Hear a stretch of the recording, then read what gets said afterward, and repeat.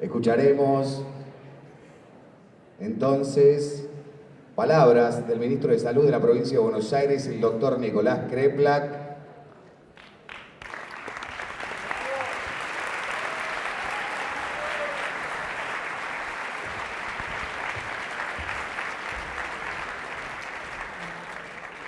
Posteriormente realizaremos la entrega de premios de los trabajos presentados en la jornada de residentes del sistema público bonaerense.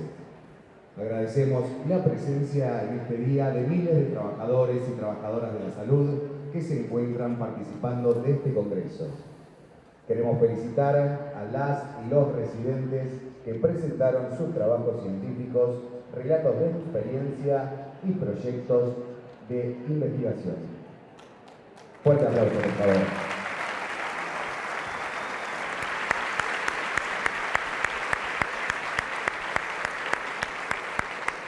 El fruto de este trabajo colectivo se refleja hoy en los 300 trabajos que se presentaron. Un 68% de ellos fueron relatos de experiencia, un 24% trabajos científicos y un 8% proyectos de integración. A continuación, escucharemos la conferencia inaugural de este Congreso Provincial de Salud a cargo del Ministro de Salud de la Provincia de Buenos Aires, el doctor Nicolás Kreplak. Muchas gracias, Nicolás.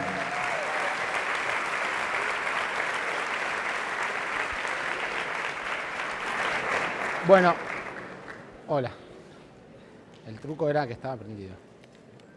Hola, hola, hola. Ahí está. Bueno, ¿cómo les va?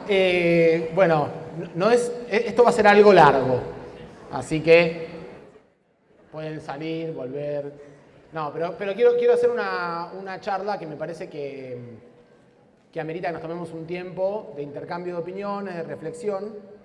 Creo que es un poco recoger el trabajo de estos ya 4 años que llevamos en la gestión, pero especialmente lo que estamos haciendo en cada uno de los COSAPROS. Así que voy a proponer una charla con información, que probablemente mucha de la información resulte novedosa para muchos y que pueda ser insumo para un debate. Ese es un poco el objetivo. Así que es para estar, sé que hay gente parada, no sé cómo lo vamos a administrar eso, pero les pido disculpas, pero es para que podamos tener un ratito de conversación al respecto de esto. Antes de arrancar, yo quiero agradecer y felicitar a todos los que han estado participando. Este es un congreso muy transversal, donde están los organizadores, los que han puesto cada cosa en su lugar, pero también están los cientos que han presentado sus trabajos científicos, que se han juntado para escribir, para reflexionar, para corregir y que hoy han venido a presentarlos, a intercambiar, a opinar. Y hoy nos hemos encontrado en esta primera jornada de este COSAPRO 2024 más de 7.000 trabajadores y trabajadoras de toda la provincia de Buenos Aires.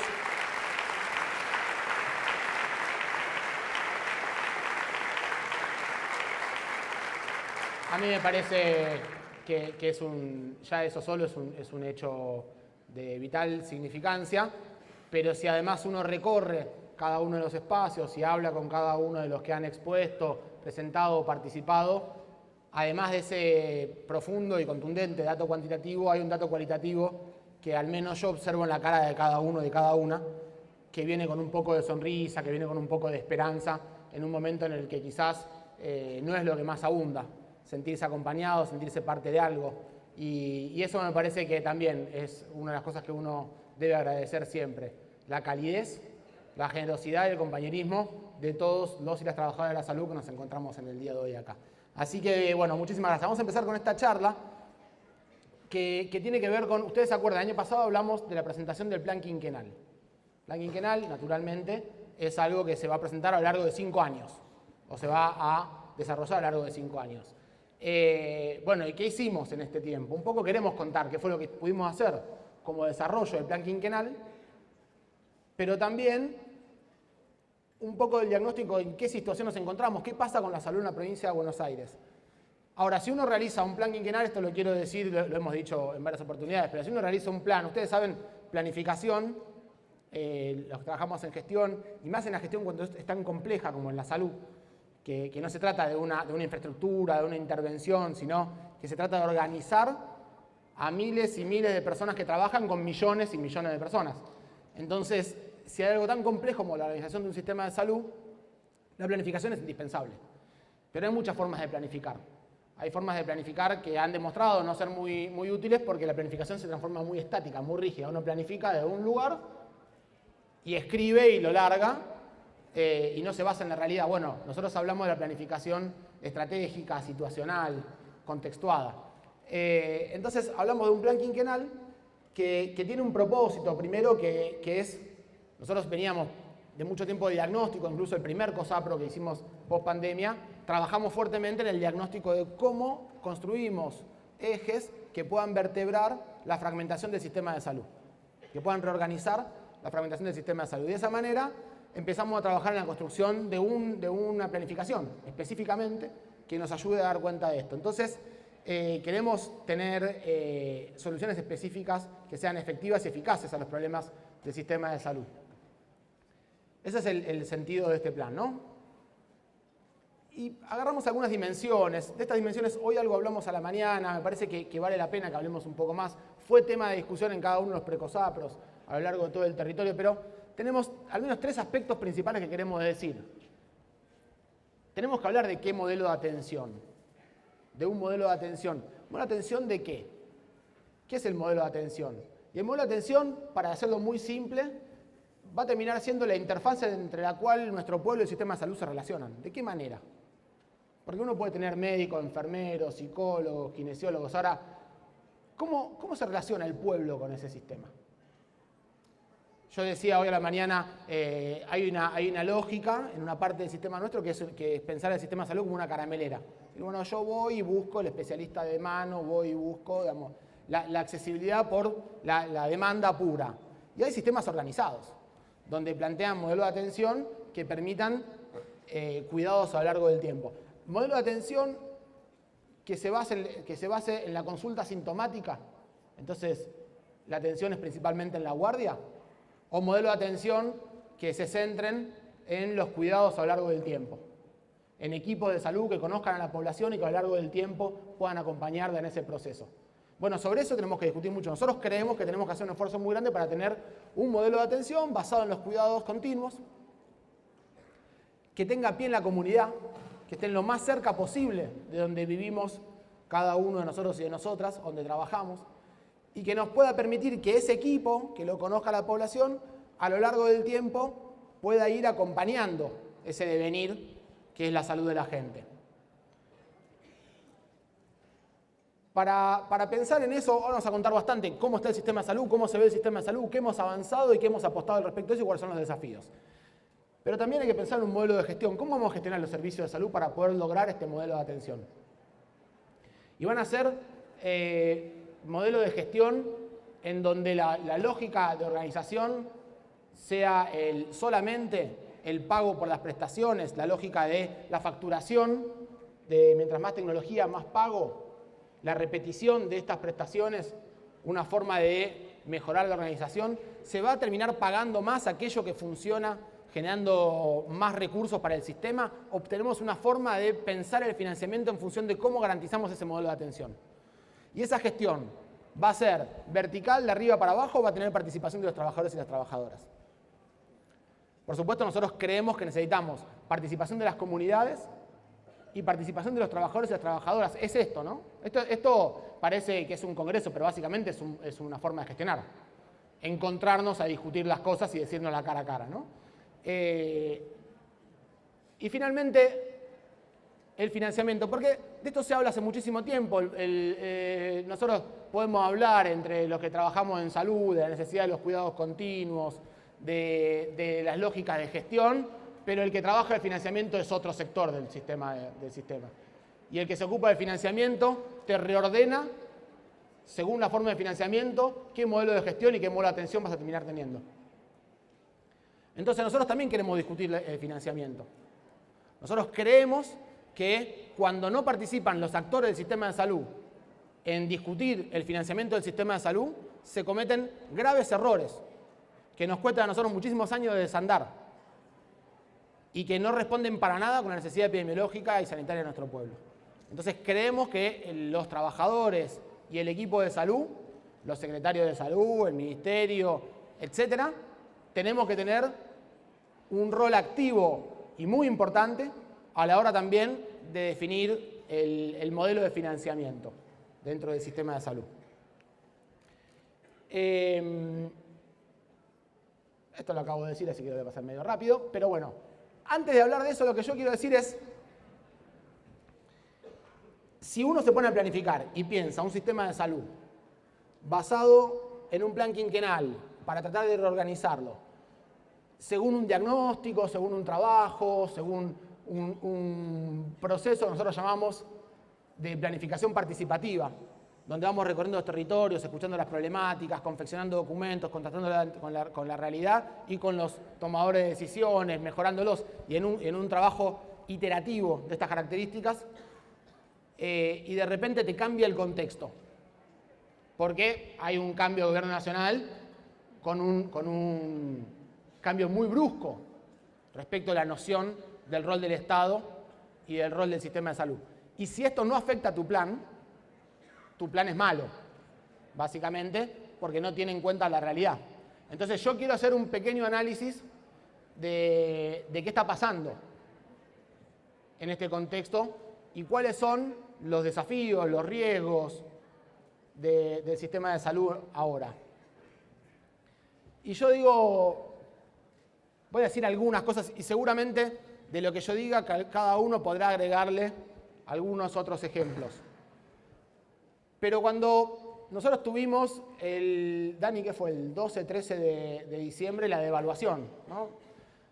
Una devaluación del 118%. Cuando uno tiene una devaluación de un día para el otro del 118%, no hay muchos antecedentes de una devaluación tan fuerte en un solo día, o no hay ninguno, para decirlo de otra manera. Cuando sucede eso, hay un efecto concreto e inmediato, que es, se corta la cadena de pagos, inmediatamente. El día que yo devalúo 118%, ese mismo día yo no puedo pagar, que pagamos en pesos, lo que compré el día anterior. Tenemos que rediscutir cómo lo vamos a pagar.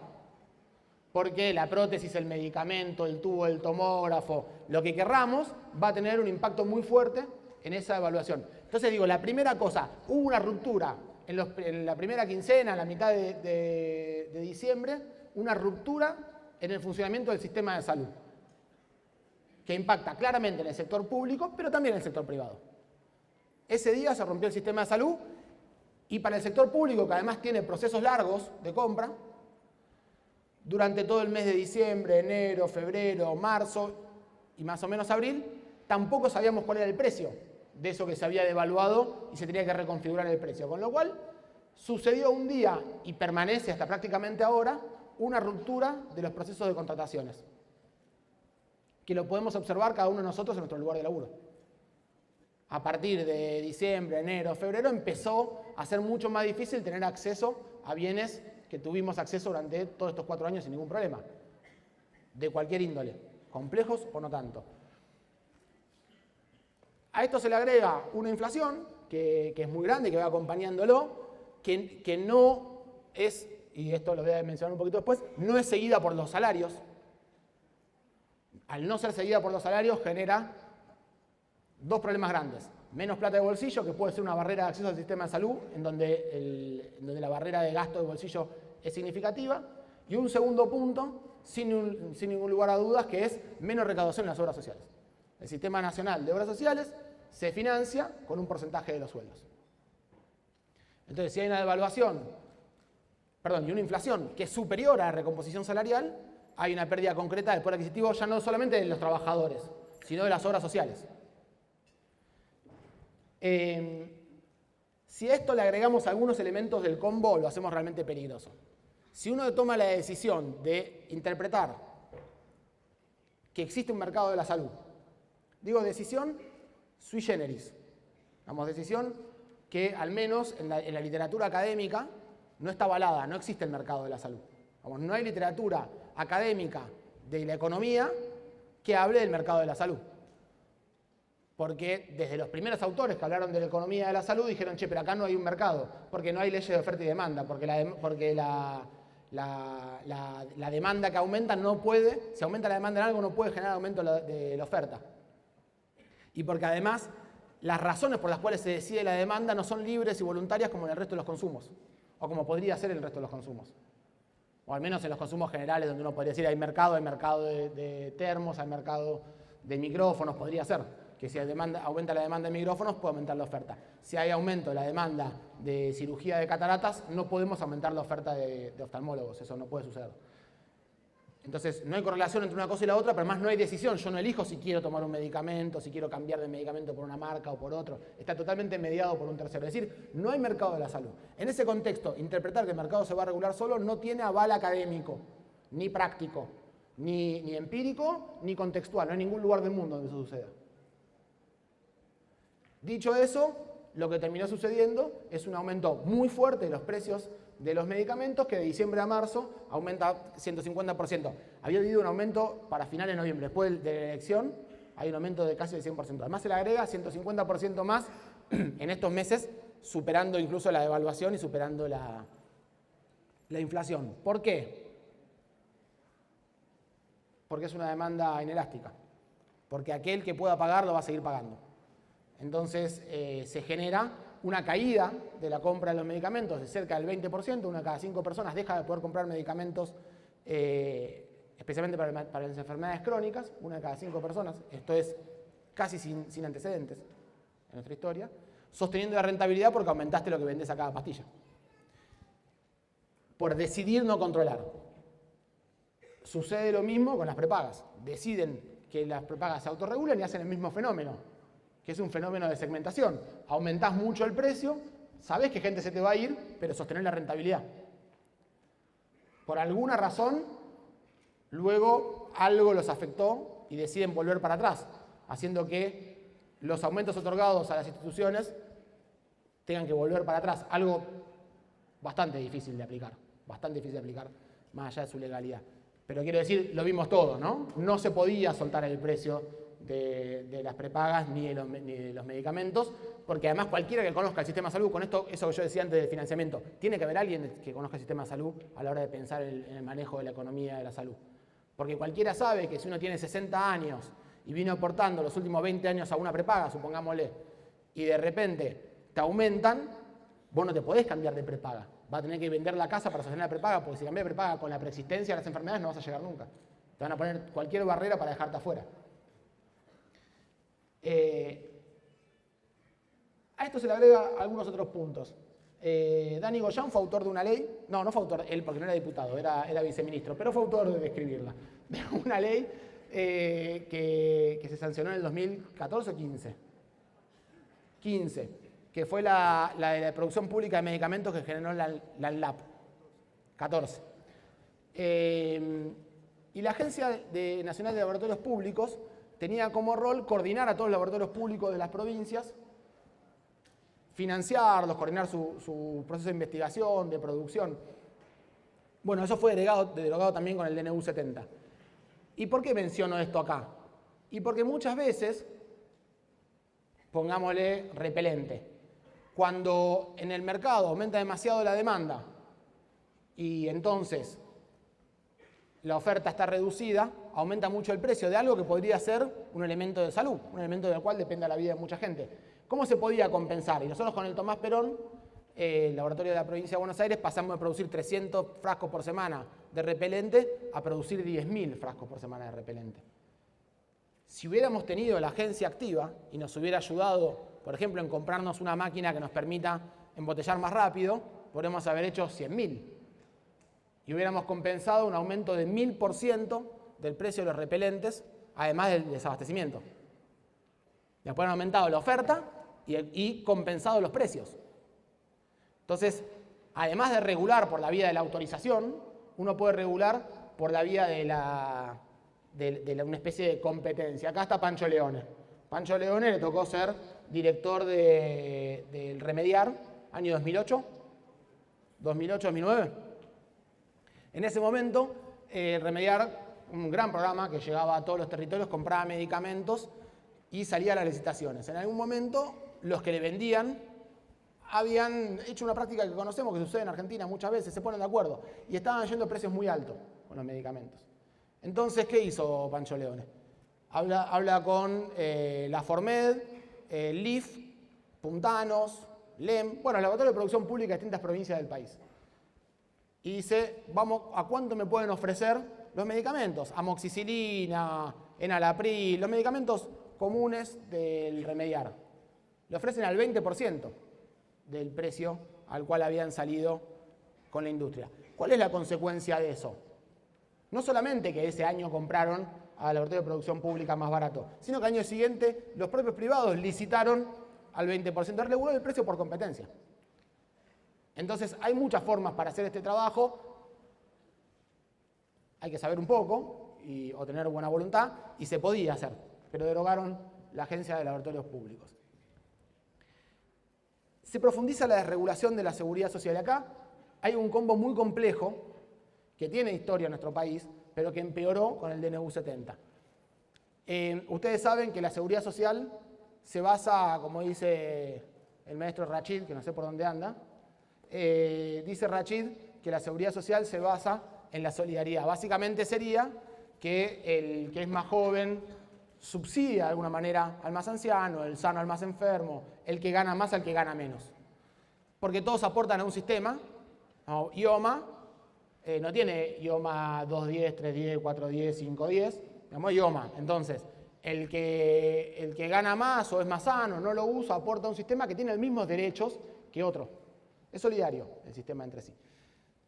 Bueno, en los 90 había pasado, habíamos logrado un trabajo importante que habíamos hecho hace unos años para lograr fijar que al menos se quede un año la gente en la obra social de su rubro y no se pueda ir inmediatamente hacia otro sector, porque se produjo una operación psicológica, cultural, que está muy vigente todavía, que es pensar que mis aportes son míos, como si uno pagara en una cajita por si un día se enferma. Y eso, lamentablemente, esto también es muy conocido, yo las cosas que digo de teoría económica son de Kenneth Arrow, que es el primero que escribe sobre esto en 1970, premio Nobel, un economista neoclásico, o sea, no es ningún zurdo. Y el tipo, yankee, y el tipo lo que dice es que hay un tema con el riesgo. Bueno, la cuestión es que nadie puede pagar por su enfermedad. Porque cuando uno se enferma, y efectivamente tiene esa enfermedad compleja, lo que aportó no le alcanza. No le alcanza para atravesar un tratamiento de una enfermedad oncológica, para atravesar una enfermedad crónica compleja con una rehabilitación larga. No alcanza lo que uno aporte. Entonces no es un seguro individual de cada uno. Siempre es colectivista el asunto. Discúlpenme. Entonces, lo que termina sucediendo es que todos aportamos a algo que no utilizamos para que aquel que lo necesita lo pueda usar bien. Ahora, si la operación psicológica nos hace pensar que ese aporte es mío, yo me puedo llevar mi aporte de la obra social hacia alguno que me ofrezca algo distinto. Y esos son los planes superadores de las prepagas. De los 6 millones de personas que tienen prepagas, 4 millones de personas en verdad tienen trabajo en blanco y sus aportes son derivados a una prepaga. Ahora, ¿cuál es la cuenta de esto? Esto es bien gráfico, lo van a entender todos. Vos corregime, Homero, si digo mal un número. Una familia, 40 años, padre, madre, 40 años, 2 hijos, sanos. Promedio de aporte al IOMA, 42.000 pesos. Promedio de aporte al IOMA, 42.000 pesos.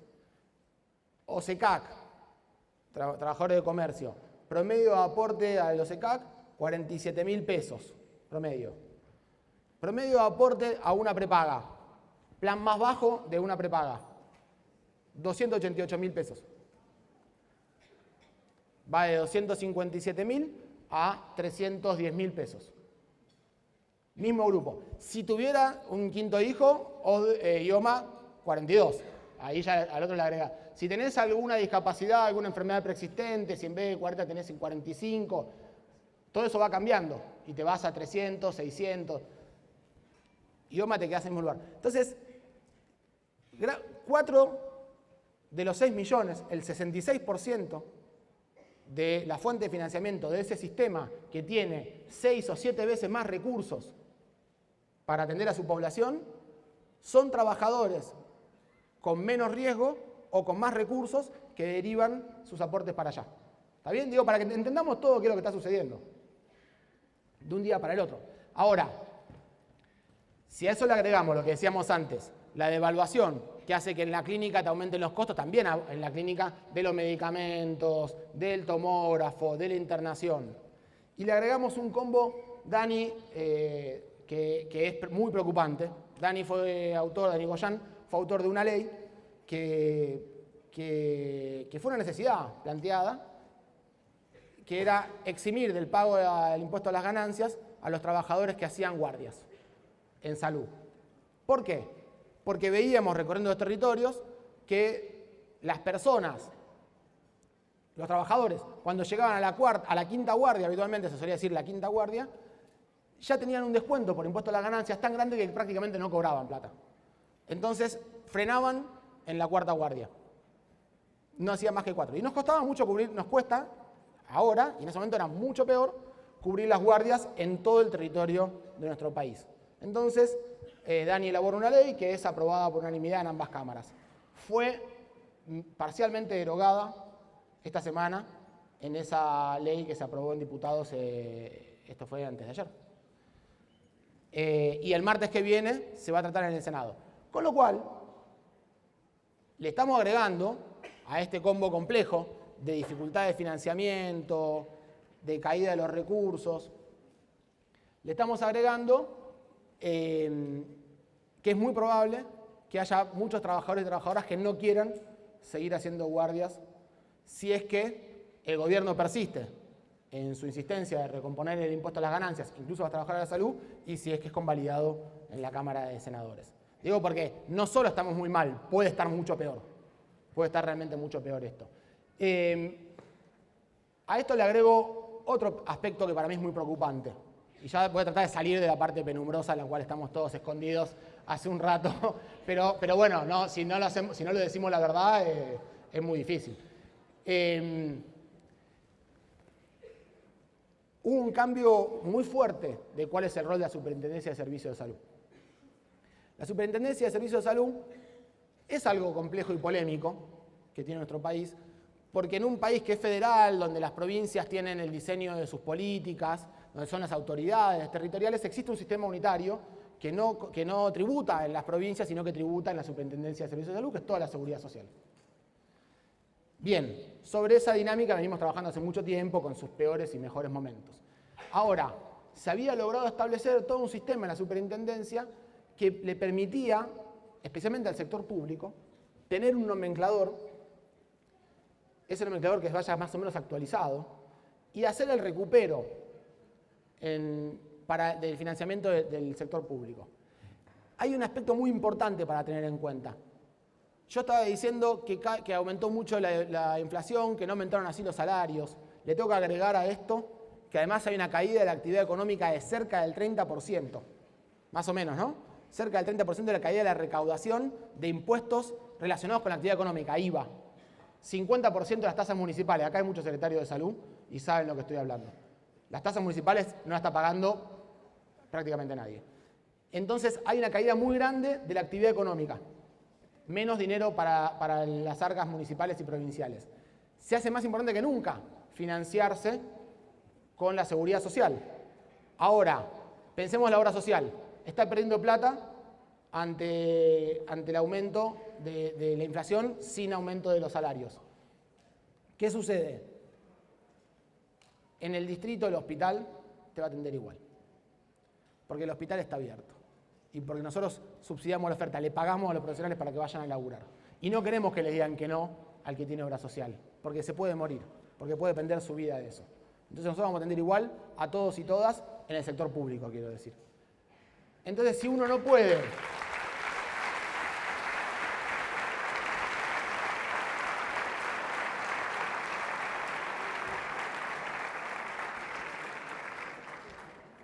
Si uno no puede nunca dejar de atender, entonces aquel que no puede pagar o que tiene que elegir a quién va a pagar, ¿le pago el medicamento? ¿Le pago la prótesis? ¿Pago a la clínica que me puede no atender? ¿O pago al hospital público que igual me va a atender? Y lo más probable es que al que no le pague sea el hospital público. Entonces era indispensable que existiera la Superintendencia de Servicios de Salud para recuperar el financiamiento de las obras sociales y ponérselo en el sector público. Bueno, abandonó esa función, derogó esa función. No tiene más hospital público de gestión descentralizada. Decidió el Estado Nacional que va a desarmar las herramientas existentes de un día para el otro, sin proceso de transición, para que no pueda haber forma de recupero del sector público, que desde hace 3 meses no tiene forma de recuperar lo que utilizaba en el Sistema Nacional de las Obras Sociales. Todo esto es un combo que nos lleva a una presión que después explota coyunturalmente. Le voy a agregar 2 cosas, porque esto sí que no la sabe, no la dice nadie. Cuando empieza la pandemia y se toma una decisión muy fuerte de apretar la actividad económica para de esa manera reducir los contagios, sale el Estado Nacional a sostener muchos sectores productivos a través del ATP. Pero era especialmente importante en el sector de la salud, porque tenía que estar abierto, pagándole los sueldos a los trabajadores para poder atender a la población. Entonces, el ATP se sostiene y cuando termina la pandemia, persiste en un plan llamado FESCAS, o en un programa llamado FESCAS. Ese programa de financiamiento que destinó para el 2023 63.000 millones de pesos. Pagaba entre el 30 y el 40% de los salarios de más o menos la mitad de los trabajadores del sector privado. El 31 de diciembre se cerró. El 31 de diciembre, sin que medie nada, simplemente lo dejaron de aplicar. Entonces, además de todos los problemas de financiamiento que estamos agregando, después de 4 años de que la estructura de costos del sector privado se sostenía principalmente con que la carga principal de los gastos, que son los salarios, tenían un subsidio entre el 30 y el 40% por parte del Estado Nacional, este año hubieran sido 68.000 millones de pesos, se retiraron del sector público, trasladándole todo el gasto al sector privado. Entonces, la presión, si no se orienta adecuadamente para que se recomponga ese pulso, termina dándose vuelta a uno y le dice: IOMA, págueme 250% más de lo que me estaba pagando antes. ¿Con qué recursos? ¿De qué manera se puede hacer eso? Entonces digo, este combo es el combo en el cual un sistema de salud complejo, por supuesto, que teníamos en nuestro país, está llevado al jaque. Y para mí, nosotros tenemos que tener todo esto muy claro, primero para entender lo que está sucediendo, las razones por las cuales nuestro propio sistema de salud se encuentra en jaque, apretado, apuntado, pero sobre todo para poder ir viendo, anticipando y corrigiendo cada una de las decisiones que vayan a pasar en el camino, porque nosotros somos el último dique de nuestro pueblo cuando tiene un problema que no tiene reemplazo, no tiene tiempo de espera, no puede ser atendido de una manera distinta que no sea con nuestro sistema de salud. Y Argentina, y esto es lo que nosotros queremos hablar más, porque voy a tener que salir de acá, de alguna manera tener que salir de acá, tiene un sistema de salud que es un enorme derecho y una enorme conquista social. Lo último que digo, dije que eran 2 cosas, lo último que digo de esto es todo este combo de cosas, caída de empleo, barrera de acceso para solventar que la obra social no puede pagar ese aumento del gasto o la caída del apoyo de nación, entonces empiezan las barreras de acceso, el cobro mayor del bono, del plus. Entonces una gran parte de la población que no le está alcanzando la plata porque la inflación fue muy superior a su aumento de salarios, no puede pagar, por eso se vuelca al sector público. Entonces tenemos un aumento de la demanda en el sector público, un aumento de la carga de enfermedad por menos consultas, por menos medicamentos crónicos, por menos estrategia de prevención y una caída en el financiamiento de todos los sectores, especialmente del sector público. Bueno, esa es la realidad que tenemos, gente. Sobre esto vamos a trabajar. Porque nosotros con la realidad no nos vamos a quejar. Nos vamos a organizar, por supuesto. Pero además vamos a trabajar para darle la mejor solución posible. Entonces, ¿cómo está organizada esta presentación? Yo le dije que iba a ser largo, así que aguántenme. ¿Cómo está organizado esto? Bueno, vamos a pensar de esta manera. Todo lo que vamos a contar ahora, vamos a pensarlo de esta manera. Cobertura, acceso, utilización y calidad. Calidad, un tema que a veces somos que rehusamos hablar un poquito de calidad, pero es necesario que hablemos de calidad nosotros. Y así es, ¿no? Cobertura entendida como la disponibilidad de servicios, acceso, que es la posibilidad de encontrarse con el servicio, utilización, que es el uso del servicio para resolver los problemas de salud, y la calidad, que es la vivencia subjetiva, la satisfacción con los aspectos médicos y no médicos del cuidado. Todo esto en 3 dimensiones. ¿Cómo está? Diagnóstico. ¿Qué hicimos? Avance. ¿Qué nos falta? Desafíos. Eso es el entramado que voy a intentar plantearle y voy a tratar de hacerlo lo más dinámico posible. Nosotros el año pasado, ¿se acuerdan? Cuando hicimos una charla parecida a esta, mostramos una información poco frecuente, poco conocida, que era tener una CIS del sistema de salud de la provincia de Buenos Aires. Es una información organizada, con fuentes secundarias, que tenía muchísimas cosas, pero especialmente había algo muy importante respecto de la oferta de servicios de salud. Sobre eso hicimos un hincapié muy importante nosotros. Y veíamos que, bueno, la plantearé un poco mejor, pero que teníamos algunas desigualdades estructurales en la oferta de servicios de salud en la provincia, que había una distribución inequitativa. Pero también nos dimos cuenta que era muy importante que podamos indagar de fuentes primarias en cuál es la relación, ya no de la oferta de servicios de salud, sino de la población con su sistema de salud. Y ahí viene una de las claves de todo esto. Hicimos una encuesta, hicimos una investigación, no una encuesta, digamos, perdón, no quiero, discúlpeme, pero no quiero decir que las encuestas para ver a quién votan no tengan algún tipo de rigor, quizás tienen algún tipo de rigor, pero esto se trata de una investigación, de un trabajo hecho entre el Ministerio de Salud, la Dirección Provincial de Estadística del Ministerio de Economía de la provincia, de Hacienda, la Universidad de La Plata. Hicimos un estudio que tiene las características como la encuesta permanente de hogares, como lo que hace el INDEC, que tiene la característica de ser una encuesta que es representativa de toda la población.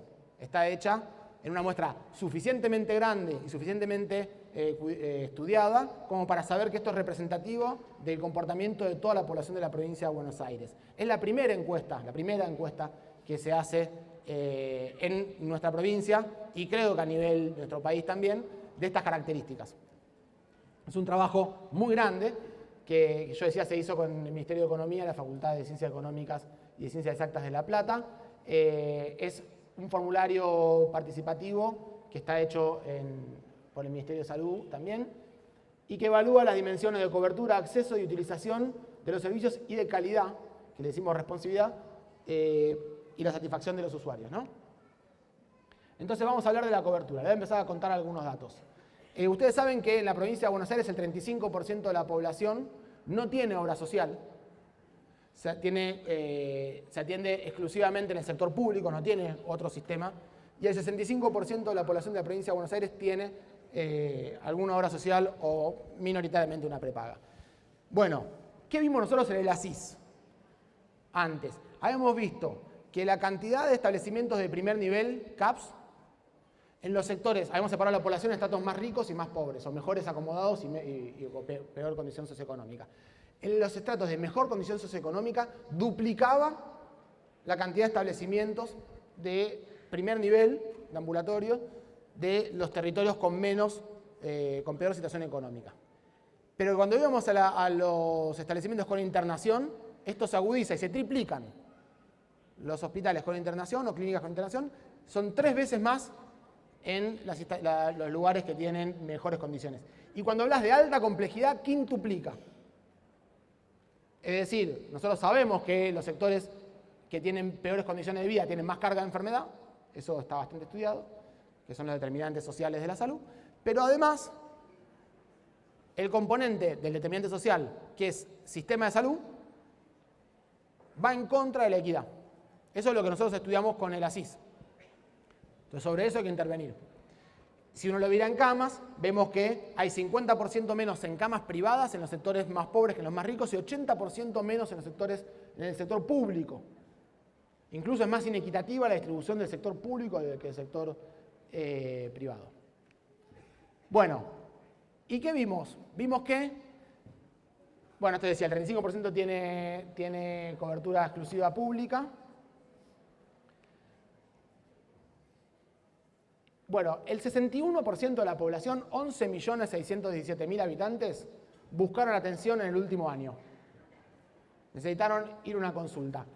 55% para hacer controles de salud, 21% por un síntoma, 6,8% para hacer seguimiento. 11 millones, miren los datos, los números que estamos hablando. 11 millones de personas necesitaron sistemas de salud, de los cuales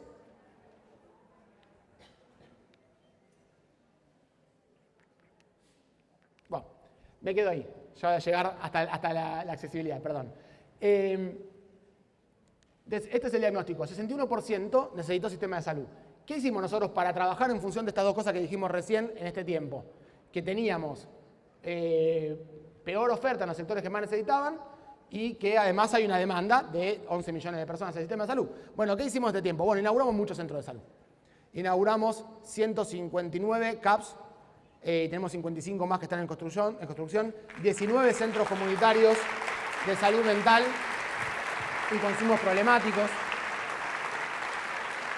orientados a los lugares donde hace falta, donde hay más demanda. Hicimos mejoras de infraestructura hospitalaria, esto es un trabajo muy grande, en 82 hospitales. Se inauguraron, esto no debe tener antecedentes, y tampoco puedo decir que sea solo gestión nuestra, porque también hay que agradecer y reconocer la gestión de Cristina Fernández de Kirchner cuando fue presidenta, porque lo dejó casi hechos, pero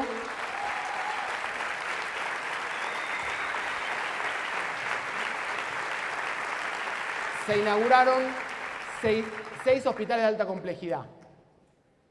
En equipamiento se invirtieron más de 15.000 millones de pesos, pero miren este dato que para mí es impresionante. Inauguramos 224.000 metros cuadrados nuevos de instituciones hospitalarias. A mí ese dato, 224.000 metros cuadrados nuevos, me parece que habla de la potencia que tiene esto. Bueno, trabajamos en una reforma de la lógica de funcionamiento de los hospitales. De esto vamos a hablar un poquito más adelante, pero estamos tratando de transformar la estructura de los hospitales a hospitales que logren ser más eficientes en su organización en función ya no de internaciones por servicios, sino de internaciones indiferenciadas según la calidad y la intensidad de los cuidados. Llaman hospitales de cuidados progresivos. Hay 22 hospitales que están transitando su proceso de transformación, pero vamos a este año inaugurar el proceso en todos los hospitales. Todos los hospitales este año van a estar comenzando su proceso de transformación en cuidados progresivos. 320 nuevas ambulancias. No es para... Perdón, parecen anuncios de aplauso y está bien y les agradezco la generosidad, pero en verdad yo lo quiero contar porque es una rendida de cuentas. No es que nosotros hicimos esto porque sí. Lo hicimos esto porque teníamos ese diagnóstico y fuimos a trabajar en función de ese diagnóstico. 320 ambulancias entregadas, una política de fortalecimiento de la fuerza laboral. Quizás el problema más grande que veíamos nosotros era que teníamos a los hospitales en malas condiciones, pero que además nos faltaban muchísimos trabajadores adentro. Reconocimiento de la calidad de los trabajadores, de la capacitación, del trabajo que realicen.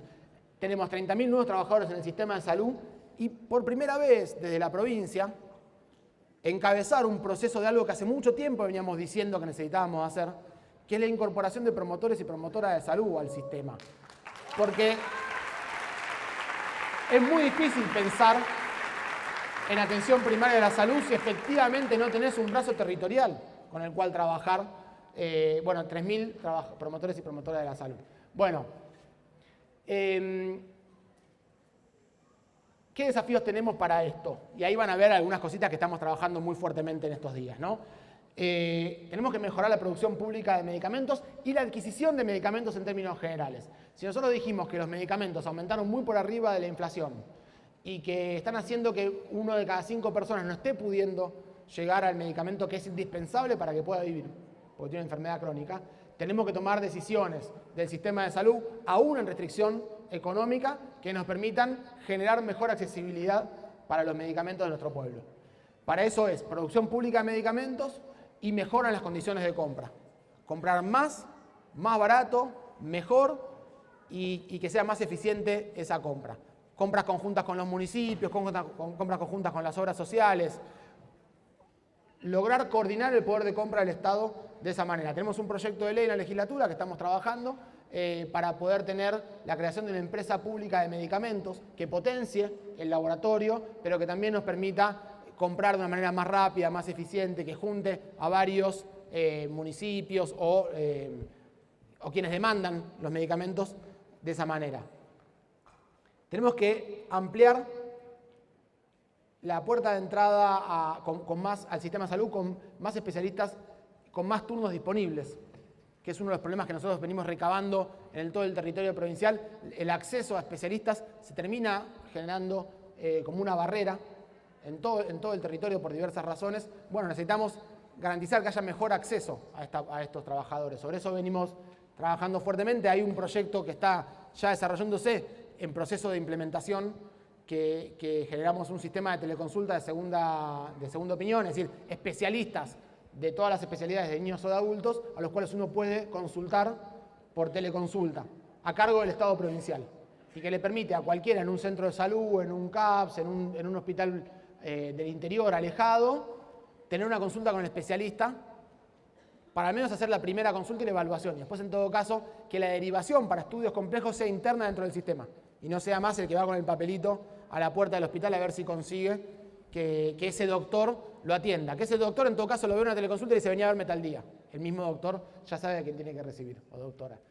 Una central de operaciones y monitoreo de emergencia en salud. Sabemos que tenemos un tema con la emergencia. Es muy dispar el funcionamiento del sistema de emergencia de la provincia. Hay algunos que funcionan bien, hay algunos que funcionan mal, hay territorios muy grandes, hay territorios bastante inaccesibles. Es muy difícil financiarlo. No podemos nosotros permitir que si de repente un distrito no pudo invertir, no le dio para comprar una ambulancia, de eso dependa ese momento donde si llega la ambulancia o no llega, está la diferencia, ¿no? Entonces hicimos una inversión muy grande en ambulancias, por supuesto, pero también creemos que tenemos que tener un sistema que nos ayude a homogeneizar, que nos ayude a tener la misma calidad en el sistema de emergencias, que nos permita tener ambulancias, sistema de información, capacitaciones, coordinación entre distintos distritos, porque puede ser que la respuesta a este problema esté en el distrito al lado. Entonces el sistema, si es municipal, tiene un techo para las complejidades. Armado de redes en emergencia, donde el tiempo es clave.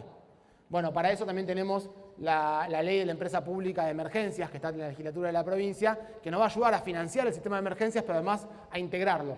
Cada municipio tiene su sistema, pero hay por arriba de eso una red que integra, que mejora, que capacita, que junta sistemas de información.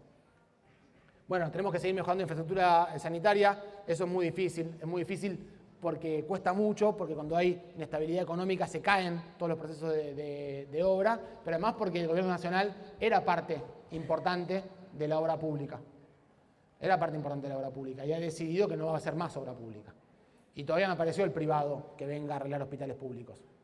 Al menos no conozco yo, y al menos que garantice que sea sin arancelamiento del sistema de salud. Así que es un problema muy grande. Estamos en un desafío importantísimo que también este año tenemos que llegar, y esto va a ser uno de los desafíos más grandes nuestros, tenemos que llegar al 100%, al menos en los hospitales provinciales, que es la conectividad. Garantizar que tengamos en todos los hospitales provinciales la conectividad, el paso indispensable, el paso limitante, diríamos en fisiología, el paso limitante para poder pensar en el establecimiento del sistema de la historia de salud integral. Tenemos que lograr 100% conectividad este año en los hospitales de la provincia.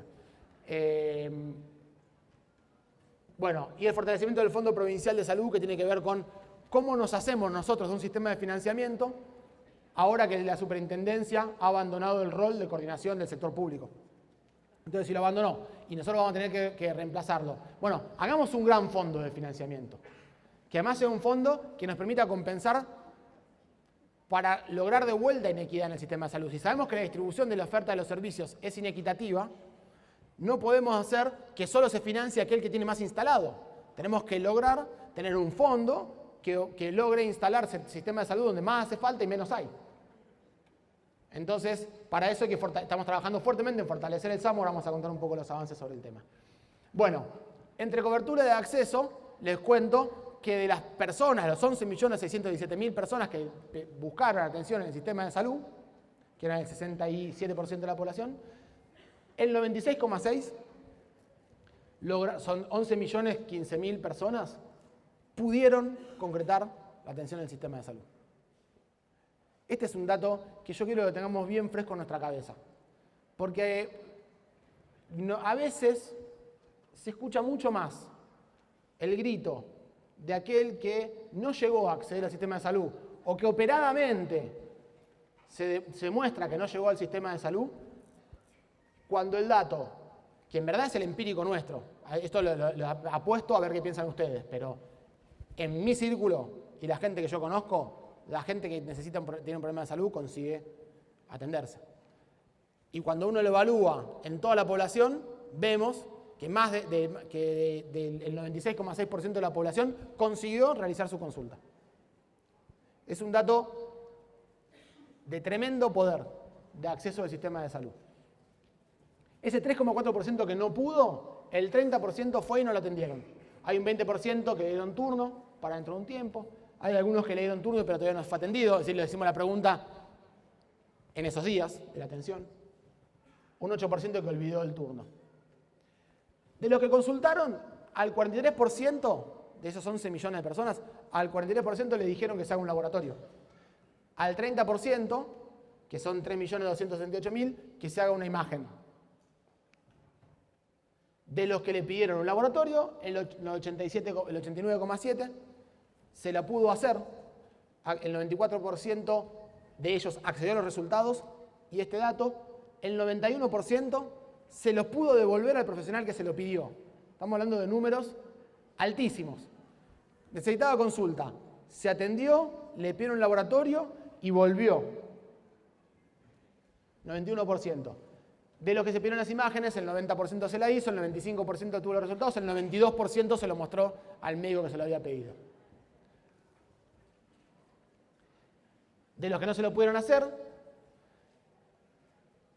las imágenes, el 35% pidió turno y todavía no lo atendieron, el 27,9% no se lo pudo hacer porque no tuvo tiempo, y ahí entran muchas cosas, y en la medida en que se precarizan más las condiciones laborales, peor aún es esto, porque ir a atenderse demanda tomarse un día en el trabajo, tener un permiso para faltar ese día, etc. El 11% se olvidó o lo perdió el turno. El 5% no tenía dinero para pagarlo, el estudio de imágenes. El laboratorio, el 46% lo están por atender, no tuvo tiempo el 18%, el 7% se olvidó, el 7,6% no tuvo dinero para pagarlo. De los que consultaron, al 15% le pidieron que vaya a un especialista, el 87% lo pudo realizar, y a un 6% le pidieron que se haga una cirugía, que se lo pudo realizar el 88%. El 17% de los bonaerenses que lo derivaron a un especialista no pudo concretarlo. ¿Por qué? Pidió el turno y no lo consultó el 46%, no tuvo tiempo, o no le pareció importante, es el 30%. Medicamentos. También esto es muy importante para Argentina. Yo le decía, la encuesta está realizada entre los meses de junio y julio, mayo, junio y julio del año pasado. Y nosotros tenemos una cobertura de medicamentos, un acceso a los medicamentos en nuestro país muy extendida. Si yo ahora le estoy diciendo que 1 de cada 5 personas no está accediendo a los medicamentos, esta realidad está en discusión muy fuerte en este momento. Ahora, el 95%, el 94% de la población, yo le dije, el 57% de la gente que fue al médico le dieron un medicamento, el 94% pudo acceder.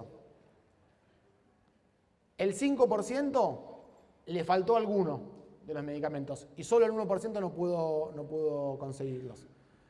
Y de los que no se los dieron, la mitad es porque no estaban en el servicio, no se atendió, que por ahí se podía llevar la muestra o el tratamiento ahí en el servicio se atendió, y el 24,4% no pudo pagarlos.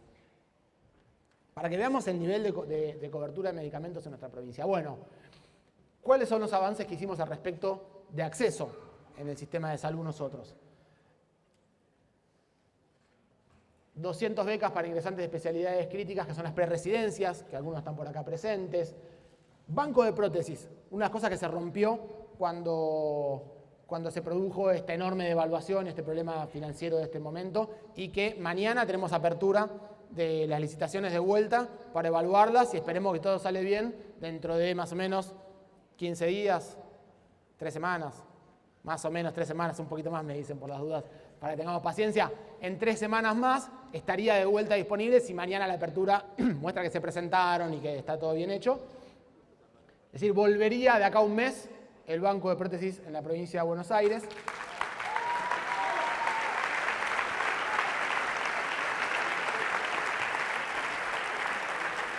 Esta es una inversión muy grande, más de 16.000 millones de pesos significa esta inversión, pero lo que logramos es que haya un aumento en las cirugías traumatológicas de más del 40%, que se reduzcan los tiempos de espera, que se reduzcan las internaciones, las complicaciones.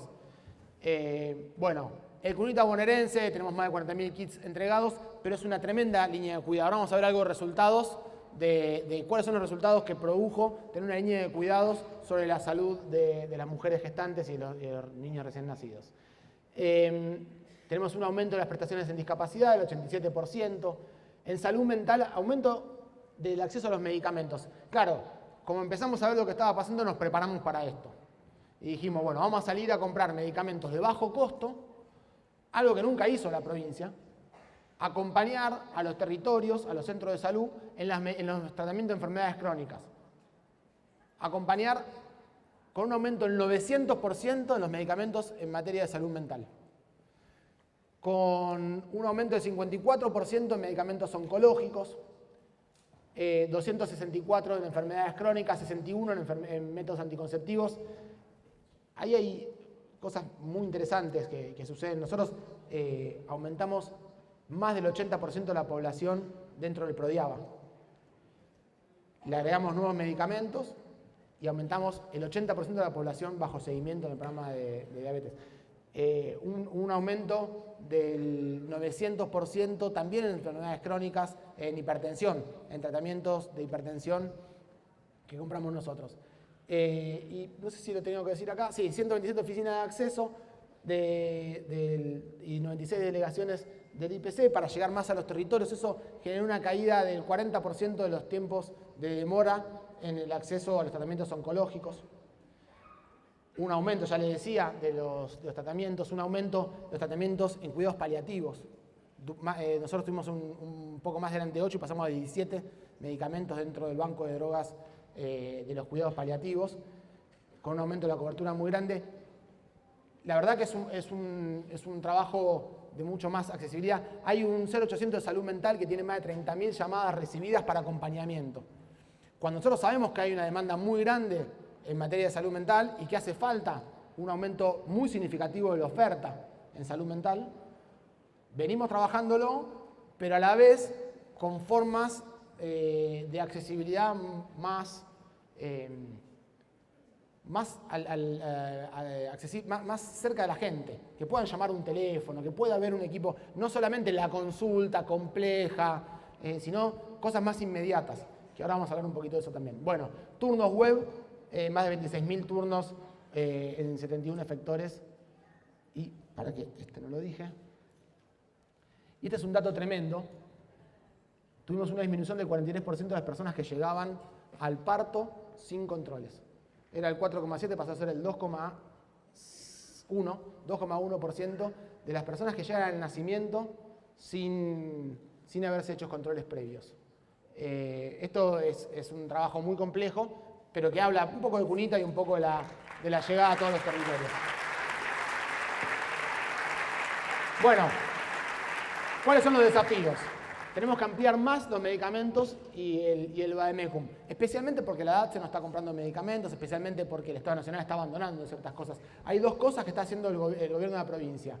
Una inversión de 16.000 millones de pesos en aumento de compra de medicamentos de bajo costo para las enfermedades crónicas, que sabemos que es este problema que estamos contando, que la población no está pudiendo acceder, y el aumento de los medicamentos oncológicos, que están dentro del Banco de Drogas de la provincia, que va a reducir el 50% de lo que el Banco de Drogas Nacional y la DAT se tiene que cubrir, que es una inversión de otros 12.000 millones de pesos que está poniendo el gobierno de la provincia en medicamentos.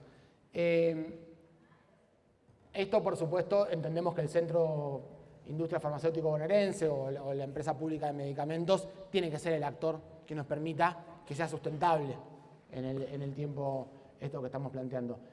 Tenemos un desafío muy grande, queremos completar las vacantes de residencias y los planteles de especialistas en todos lados. Veníamos hablando de una caída de la vocación de pedir ser parte del sistema de residencias y especialmente en las especialidades estratégicas, las que no utilizan aparatitos. Bueno, venimos trabajando en eso, todo este programa Más Salud, Más Cuidados, hoy un poco contábamos de eso, que nosotros le pagamos un poquito más, les ofrecemos la planta permanente cuando termina la residencia, que tengan dedicación extendida, que tengan dedicación exclusiva, si quieren. Las becas Julieta Lantieri, primer sistema de becas de la historia de la provincia de Buenos Aires para investigación en servicio. Y un 30% de esas becas Julieta Lantieri están destinadas a estas especialidades. ¿Qué es lo que queremos? Queremos que una persona que elige ser clínico, pediatra, bueno, de todas, pero especialmente estas, tenga un trabajo. Vaya a laburar a un lugar, labure 8 horas, investigue sobre eso, dé clases sobre eso y tenga un poco de tiempo para hacer otras cosas en su vida. Y que pueda vivir bien. Entonces para eso tenemos que juntar, dice el turco, la manguera, ¿no? Juntar la manguera de financiamiento hacia adentro y lograr sostener. Entonces, todas estas decisiones que fuimos tomando, a las cuales le tengo que agregar algo que para mí es muy importante, también hablando de calidad, que le vamos a pagar hasta un 40% más a aquellos que tengan la residencia completa. Porque no es lo mismo haber hecho residencia que no haberla hecha. Dije hasta un 40% es mentira, es desde un 40%. Esto va a ir sucediendo en los próximos, se va incorporando de apartes. Hasta los próximos meses se incorpora 40%, pero debo decir que es desde un 40% porque veremos el devenir y quizás en el futuro aumenta eso. Mejores condiciones laborales, hablamos hoy bastante de la violencia, que hay que erradicarla y que estamos trabajando fuertemente en eso. Instalamos 61 comités que trabajan violencia en todos los hospitales. Y tenemos Cuidar a los que cuidan, el programa de salud mental para los trabajadores de la salud en todas las regiones sanitarias. Porque sobre las condiciones de trabajo hay que hacer un esfuerzo muy grande. Todo lo que trabajamos en salud conocemos el síndrome de burnout, ¿no? Esto de que nos quemamos nosotros laburando. Yo no sé si es exclusivo de la salud, pero aparentemente está más descrito en salud, parece ser más importante. Quizás tiene que ver con la forma de trabajo, yo creo que tiene que ver con que es un sistema con bastante violencia, pero más con que es un sistema con mucho multiempleo. Con que uno va a trabajar a muchos lugares distintos y termina cansado, no sabe lo que está haciendo en cada lugar. Entonces, sobre eso hay que trabajar fuertemente. Y nosotros creemos que uno de los pilares principales tiene que ser el uso de las tecnologías de comunicación y de información. Las teleconsultas, los turnos webs, los sistemas de historia clínica digitales. Tienen que ser unas herramientas principales para mejorar el transitar de las personas por el sistema y también la experiencia de los trabajadores y las trabajadoras. Me meto entre acceso y utilización del sistema de salud y les digo, el 78% de las personas que buscó atención fue por consultorio, el 21% por guardia. Estamos hablando de 8.252.000 que fueron por consultorio y 2.200.000 consultas de guardia. La consulta de consultorio es, y esta es una historia clásica nuestra que tenemos que trabajarla, para las personas mayores y para las mujeres, y los hombres jóvenes y los niños más consulta de guardia. ¿En dónde consultan? ¿Se acuerdan que dijimos 35% de la población tiene cobertura pública exclusiva, 65% tienen obras sociales? ¿Dónde consultan? 33% en el sector público, 66% en el sector privado. Y ahí se cruza. Hay un millón de personas que en el sector público paga la consulta en el consultorio privado y 1 millón de personas con obra social que se atiende en el sector público. Pero se cruza y queda bastante empatado. Miren las guardias. El 83% de las consultas de guardia son en el sector público. La emergencia es pública. La emergencia es pública. Tenemos que hablar entonces de una integración de las emergencias y del financiamiento de las emergencias. Porque el 83% el Estado atiende esos momentos críticos, complejos, cubre las guardias difíciles de llenar y después, en todo caso, se deriva para las atenciones más organizadas. Sucede así, el 16% de las consultas de guardia son en las clínicas. Y las consultas por especialistas, misma lógica, 32 y 68%. El 1,8 millón de bonaerenses que se atienden en la guardia pública, 800.000 tienen obra social y prepaga de lo que se recupera marginalmente o prácticamente nada. Bueno, ¿y quiénes pidieron turno? El 75% tuvieron que pedir turno para su primera vez, el 93% tuvo que solicitar turno para la consulta de especialista, algunos no tuvieron que consultar. ¿Cómo lo pidieron? 37% personalmente, 37% por llamado, 14% por WhatsApp, 6% por un portal o por mail. De la primera consulta, esto es interesante. El 25% en el mismo barrio, el 54% de esto es, déjenme que la pique un poquitito acá, chiquitito la pico. 54% en otro barrio, en el mismo municipio, 14% se fueron a otro municipio, el 8% lo hizo en la ciudad de Buenos Aires. De estos, el 90% tienen obra social y prepaga, de los que fueron a la ciudad de Buenos Aires. Estudio de laboratorio, 44% en el mismo lugar donde pidieron la consulta, 29% en el mismo barrio, 18% en otro barrio, en el mismo municipio, 6% en otro municipio PBA, 2% de laboratorio a la ciudad de Buenos Aires, 87% tienen obra social o prepaga. Estudio de imágenes, lo mismo, 50 en el mismo lugar, 25 en el mismo barrio, 14 en otro municipio, en otro barrio, en el mismo municipio, 8 en otro municipio, 3 se fue a la ciudad de Buenos Aires, 92% tiene obra social y prepaga. Y el especialista, 44%, 21%, 16%, es decir, desde el mismo lugar hasta otro distrito de la provincia de Buenos Aires, solo el 6% tuvo que irse a Cava, 88% personas que tienen obra social o prepaga. Digo, porque después nos dicen que es nuestra población la que está llenando las consultas de otro lugar. Y si con tan poco nivel de consultas se saturan, la demanda no es esa, digamos, no es una demanda saturante. En todo caso, quizás la oferta sea exigua. Bueno, y este es un temita que ahora va a estar en una gran crisis. Habría que hacer un monitoreo y un seguimiento de qué está pasando con esto. ¿Cuánto se paga? ¿No, Yami? Habría que hacer un pequeño monitoreo de qué está pasando con esto, porque es una evolución interesante de los tiempos de la época, ¿no? El 23% de las consultas, 2,5 millones de bonaerenses tuvieron que pagar una parte de la consulta. 28% de laboratorio, 25% de imágenes, 33% de los especialistas, 10% de las internaciones y 57% de los medicamentos tuvieron que pagar alguna parte. Esto es algo común en las obras sociales que no son el PAMI. Y el IOMA tuvo un programa durante todo el año pasado de medicamentos esenciales cubiertos al 100%, hasta el descuajeringamiento de finales del año pasado de los precios de los medicamentos. El IOMA estaba pudiendo cubrir para enfermedades, la más importante, lo llamamos esenciales, el 100% del costo de los medicamentos.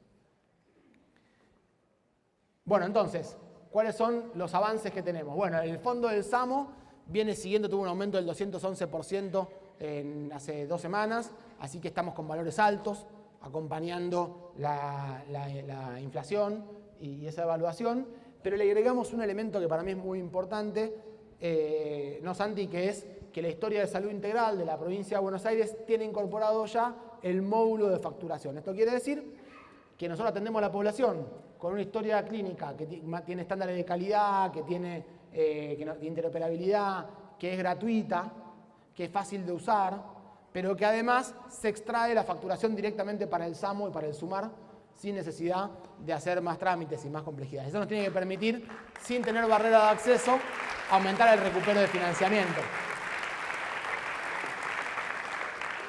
¿Cómo recuperamos ese 88% de consultas de guardia a población con obra social sin que ese momento de la consulta de emergencia se transforme en una barrera de acceso para la persona que llega accidentada, que llega en un estado que no puede explicar o que no puede llenar papeles? Bueno, la única forma posible de atender, recuperar y no generar barrera de acceso son los sistemas de información que estamos desarrollando. Bueno, y de esto voy a decir algo,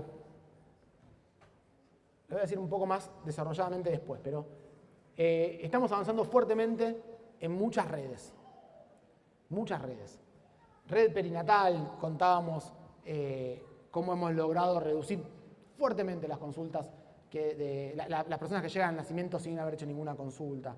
Que se produjo una reducción récord en la mortalidad infantil, nuevamente. y sostenido en los 3 años que tenemos los datos. Una red de aborto que en 133 distritos de la provincia de Buenos Aires hay 2 distritos que persisten en no querer garantizar el acceso a este derecho, pero con más de 600 equipos entre centros de salud y hospitales, logramos que deje de ser la primera causa de muerte materna.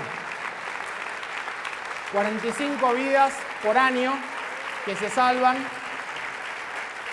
porque está el derecho, porque es ley.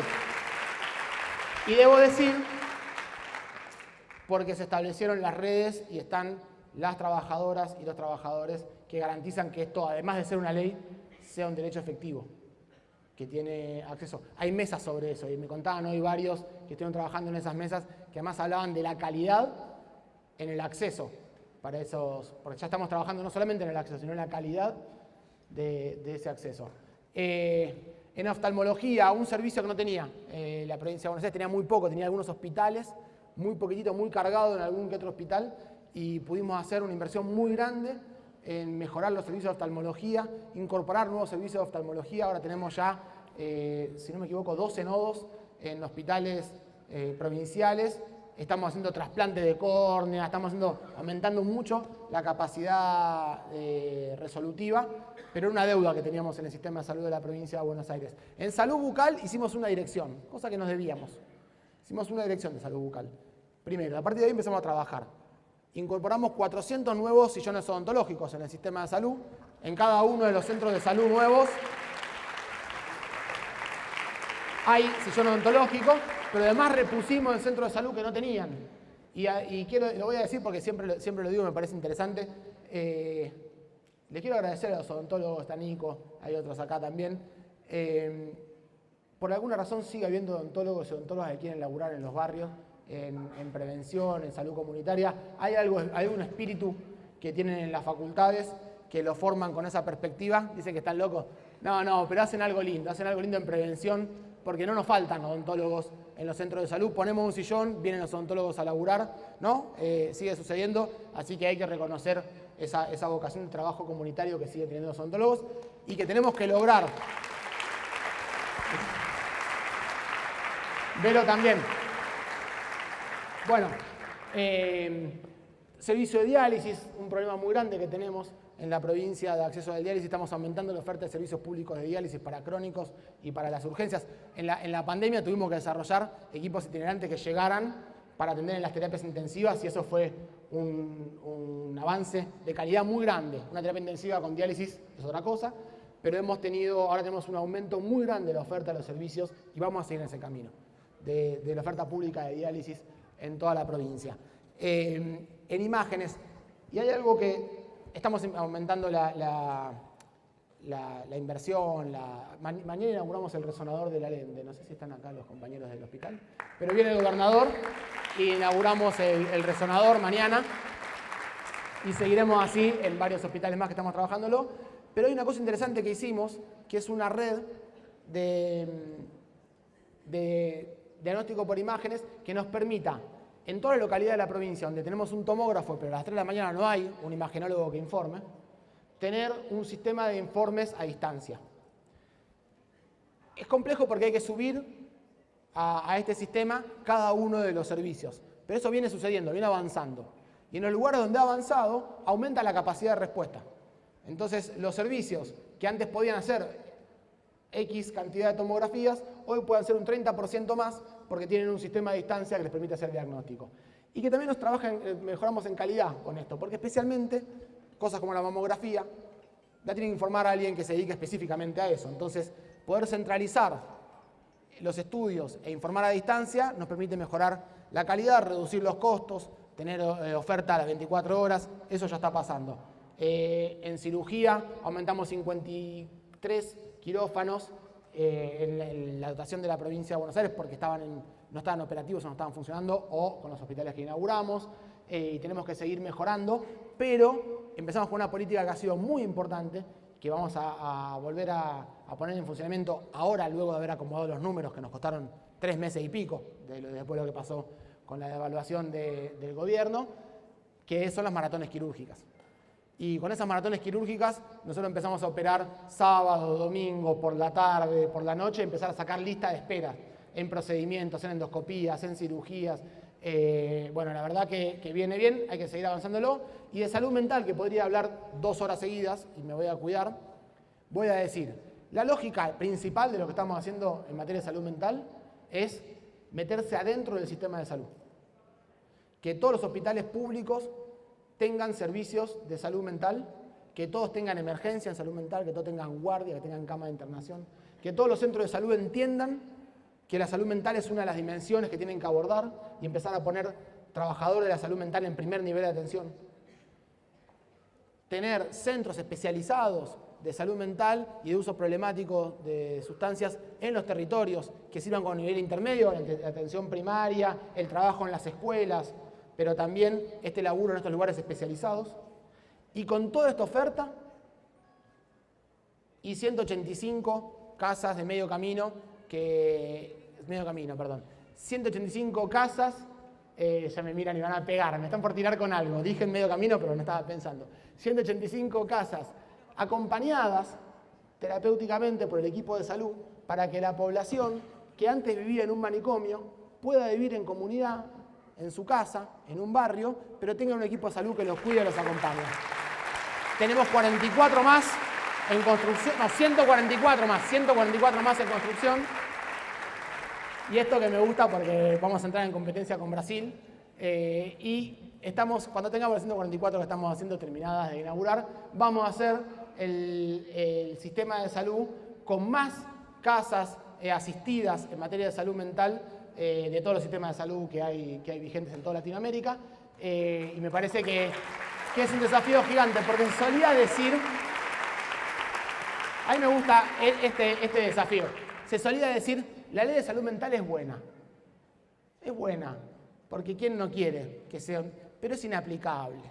Así que volvamos a la violación a los derechos humanos, porque no podemos aplicarla. Bueno, acá la estamos aplicando en la provincia de Buenos Aires.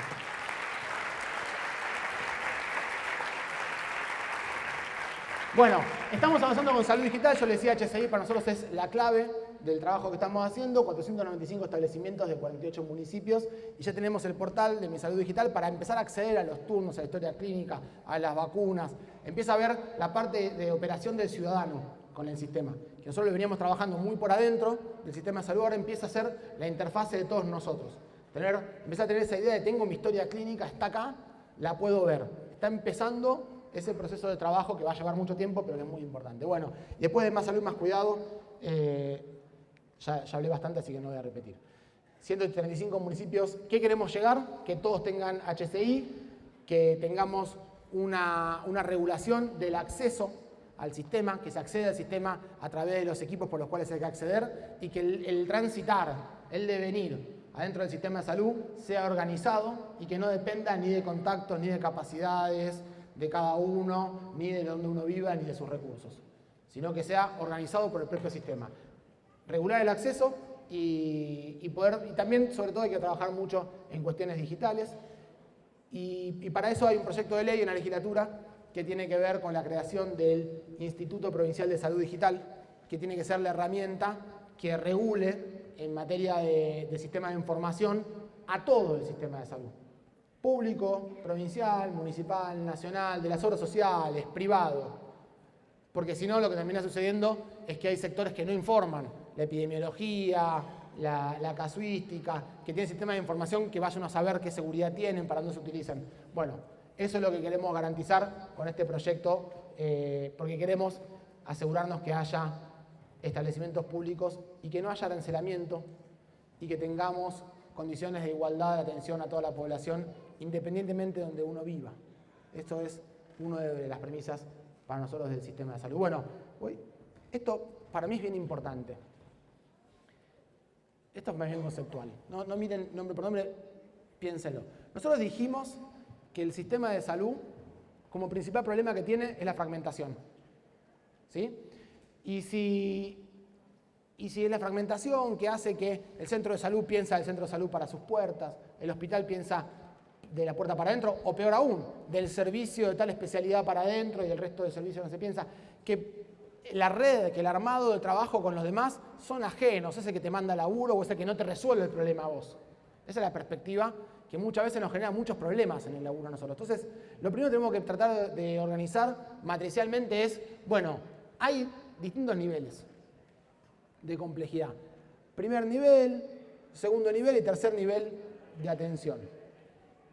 ¿Y cuál va a ser la relación que vamos a tener a través de cada una de las redes? Porque las redes que piensan, las redes es la forma organizacional de pensar las líneas de cuidado. Las líneas de cuidado trabajan sobre problemáticas, desarrollan diagnósticos, invierten en tecnologías y utilizan redes. Y esas redes, perinatal, aborto, salud bucal, salud mental, de oftalmo, de imágenes, de rehabilitación, laboratorio, cirugía, etc., van a tener intervenciones en cada uno de los niveles de complejidad. Entonces nosotros estamos trabajando muy fuertemente, estamos volcando gran parte de la experiencia. Muchos de los directores de hospitales más experimentados terminan de ser directores de hospitales y empiezan a trabajar en la constitución de las redes. Con la experiencia de haber transitado 20, 30 años en los hospitales, empiezan a ser los que consolidan la red dentro del sistema de salud, para abordar las problemáticas y para hilvanar los distintos niveles de complejidad. Ese es el desafío que nosotros tenemos que trabajar y llegar a un punto de terminar institucionalizando, digamos, cuáles son las responsabilidades de cada uno de estos establecimientos según su clasificación y su rol en cada una de las redes. Cuáles son los acuerdos y los compromisos que tienen que tener cada uno de ellos. Para hablar de calidad, y ya voy a empezar a terminar, discúlpenme que le hice excesivamente largo, tal cual les dije que iba a suceder. Bueno, cuando hablamos de la calidad, le preguntamos a la población, ¿y pudo elegir el profesional? El 53% pudo elegir el profesional. Pero es muy interesante, un 30% que no le importaba elegir el profesional. ¿Cómo estaba el consultorio? El 97,7% le resultó fácil de acceder. Y el 94,2% dijo que estaba bueno, que la sala de espera tenía buenos asientos, que estaba bien ventilada, el 83,6%. ¿Cuándo se atendió? El 12% el mismo día, el 47% menos de una semana, el 31% entre una semana y 30 días. Solo el 10% tardó más de un mes. Y cuando fue a la sala de espera, ¿cuánto tiempo tuvo que esperar para atenderse? El 43% menos de media hora, 37% entre media hora y una hora, 14% entre 1 y 2 horas y más de 2 horas el 5%. El 70% que se hizo un estudio complementario lo pudo hacer en menos de una semana. Y la consulta con especialistas, el 44,8% tardó menos de una semana en poder realizarla. Esto es un estudio, les digo, eran 11 millones de personas las que consultaron para esto. ¿Y qué le pareció? Esa pregunta compleja. ¿Qué tal la cosa? Bueno, el 45, entre el buena y muy buena, el 91,3%. En el interior, incluso es un poco superior. El 50% dice que es muy buena la atención. Y de los que no, bueno, ¿cómo lo escucharon las consultas? Dice la enorme mayoría, el 85% de las personas estaban contentas de cómo fueron escuchados, cómo lo revisaron, cómo le explicaron, el tiempo que le dedicaron, el respeto a su identidad.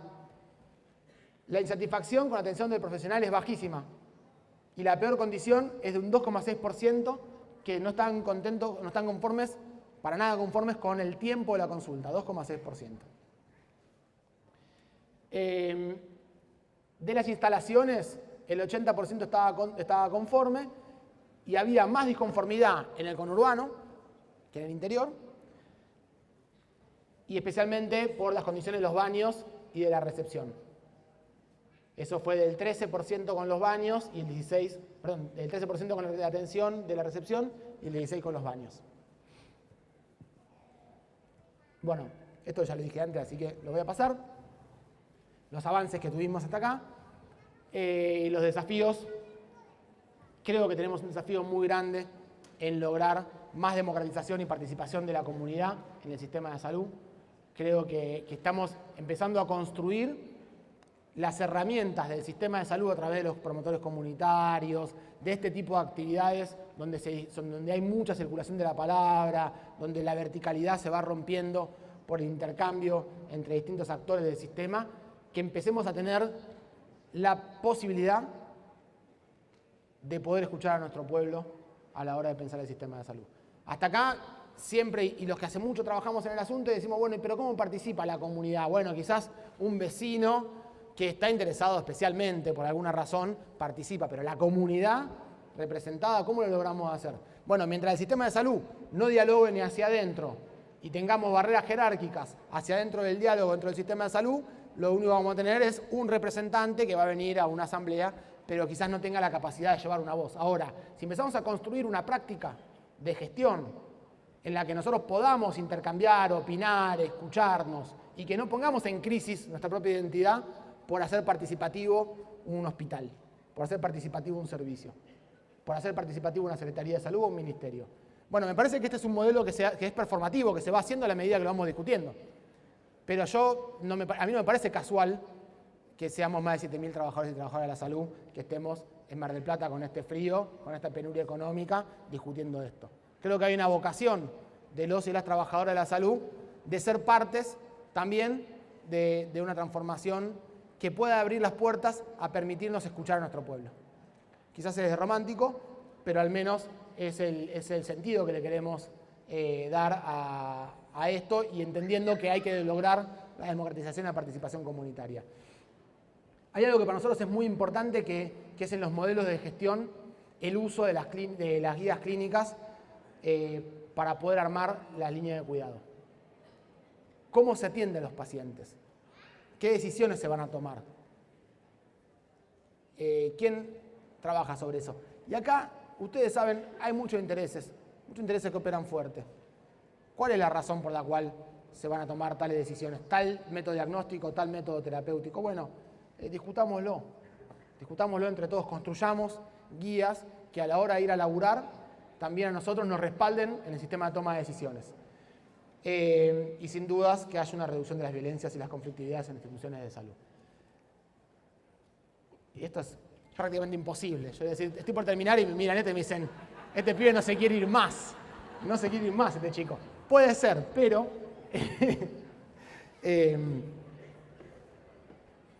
ya casi le diría a Sabrina que venga conmigo, pero bueno, no. No, porque básicamente tiene sentido esto. ¿Qué es lo que estamos planteando? ¿Qué problema tenemos y qué forma o qué eje dentro del plan diseñamos, organizamos y preparamos para ir abordando esos problemas? Pero se transforma en una red conceptual y bastante compleja. Pero bueno, si tenemos un problema en la formación continua, nosotros sabemos que la formación continua es es una realidad en el sistema de salud, es una búsqueda, es un deseo, pero que no podemos pensar que hay un trabajador de la salud que llegó a un punto de formación y ahí se queda.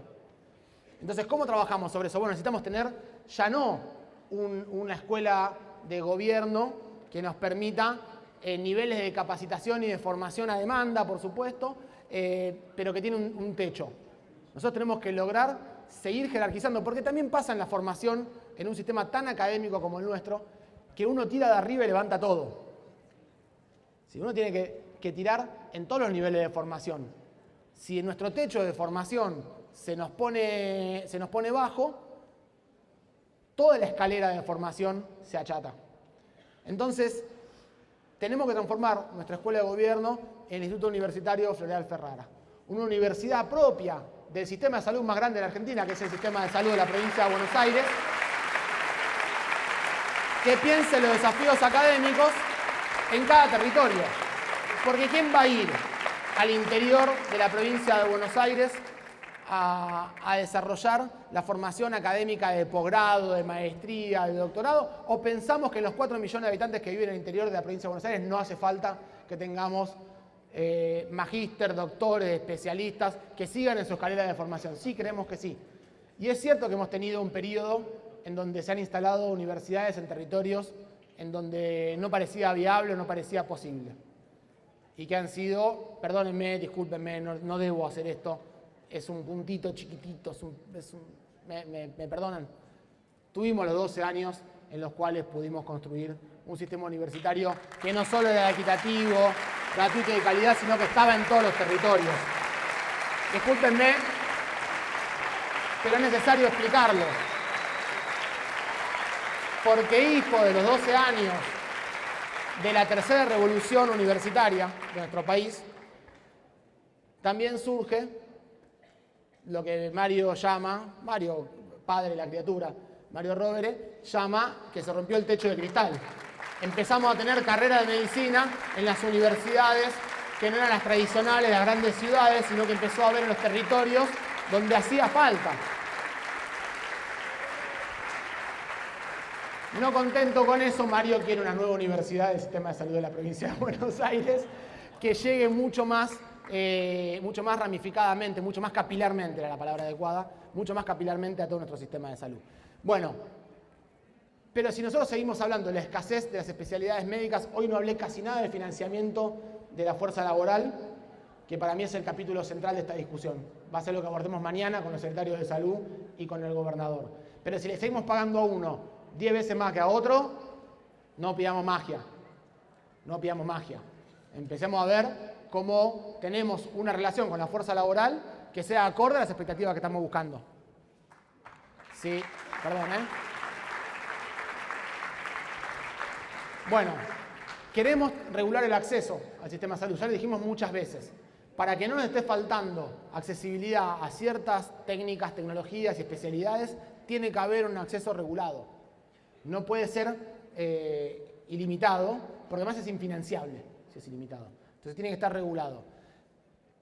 Y además esa regulación nos va a permitir que las propias barreras que tienen las instituciones al transitar del sistema de salud, insisto, vaya a ver al doctor fulanito los martes y los jueves de 6 a 7 de la mañana, que ahí abre su turnera, los primeros martes y jueves de cada mes. Eso es una barrera de acceso tradicional, pero muy potente, que sigue existiendo. Necesitamos entonces regular cómo es que se accede al sistema de salud y también construir líneas de cuidado. ¿Qué es lo que se debe hacer? ¿Con qué tecnología? ¿De qué manera se construyen esas redes que nos permitan que la tecnología que se encuentra en un hospital de alta complejidad esté efectivamente disponible para todo nuestro pueblo? Y debo decir, para hacer esto hace mucho tiempo teníamos una deuda muy grande. Faltaban hospitales de alta complejidad en la provincia de Buenos Aires. Hoy tenemos una red de servicio de alta complejidad en la provincia de Buenos Aires que no había antes, que no había hace 10 años.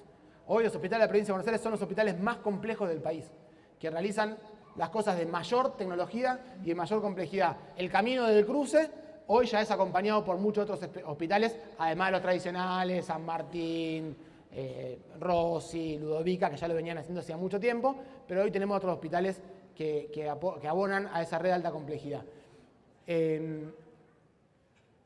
Bueno, entonces, para poder construir esa línea de cuidado tenemos que tener la tecnología y para eso hay que aplicar la HSI en todos los municipios. Si queremos poder definir las puertas de entradas básicamente al sistema de salud, tenemos que tener HSI, nuestra ley para tener el Instituto de Salud Digital, seguir construyendo CAPS y equipando los centros de salud en donde hacen falta, tener el sistema de emergencias organizado, accesible y seguro para toda la población. Y finalmente, tenemos que tener una distribución que sea más equitativa de los servicios de salud y de tecnología sanitaria. Entonces, para eso hay que seguir invirtiendo en infraestructura, en hospitales y en centros de salud. Y no queremos que las barreras económicas, y más aún cuando nos encontramos en un momento de tanta malaria económica, sean la barrera principal de acceso a nuestro sistema de salud. Entonces tenemos que tener soberanía en materia de acceso a los medicamentos. Y para eso también pensamos en la ley del Centro Industrial Farmacéutico Bonaerense. Bueno, ¿cómo lo vamos a hacer? Y estos son los grandes preceptos. Yo lo quiero decir y ya terminamos, en serio ya termino. El sistema de salud público no puede ser arancelado. No puede ser arancelado para nadie. Y no puede ser arancelado aunque uno no viva en el distrito en donde ese municipio tiene ese hospital. Tenemos que encontrarle la vuelta para que no sea arancelado y no se quede nadie afuera.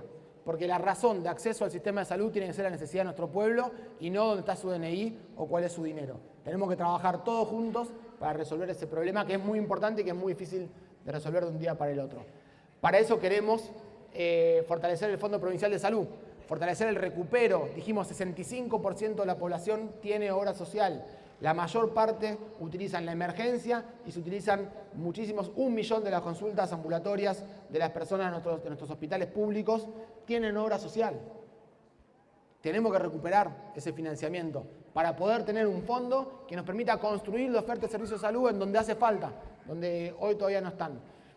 Tenemos que seguir organizando la red de atención y cuidado de salud y esto básicamente es el origen de todo. Nosotros tenemos que tener una red de servicios de salud, no la salud de tal distrito, de tal otro distrito. Tiene que haber un sistema de salud, una red de servicios de salud para todos y nosotros en el sistema nos ocupamos de ver cómo se financia. No puede ser el ciudadano el que recorre el sistema en función de su financiador. Para eso tenemos que oficializar y organizar finalmente esta red de atención de cuidados que está avanzando muchísimo. Ámbitos de gobierno y toma de decisiones. COSAPRO, mañana, ustedes saben, se va a producir la asamblea del Consejo de Salud de la Provincia de Buenos Aires con la presencia de todos los municipios, con sus intendentes y secretarios de salud y el gobernador, en donde todo lo que estamos discutiendo ahora se traducirá en un acuerdo que será acompañado y firmado por todos los que estemos presentes en ese lugar. Lo discutiremos hasta llegar a ese acuerdo, quiero decir. Y ese acuerdo será una herramienta de trabajo para todos y para todas después. Y pactos de gestión entre la provincia y los municipios que se expresan en cada región sanitaria, en cada Consejo Regional de Salud, con la provincia y con los municipios de esa región, que cada uno dice, yo tengo tal tecnología, la pongo en funcionamiento de la red, yo pongo tal otra, y entre todos logremos hacer un sistema que garantice la atención y los cuidados de todos. Eso es lo que nos queda de los próximos 3 años del sistema de salud. Bueno, es esto, gente.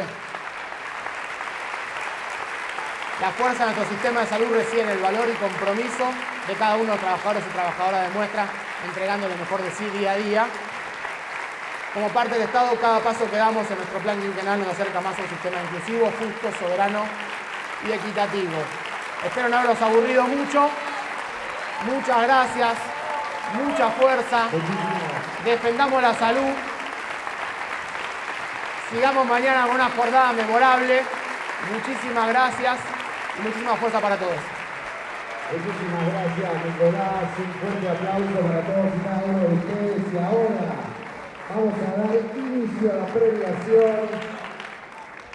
Para ello, invitamos a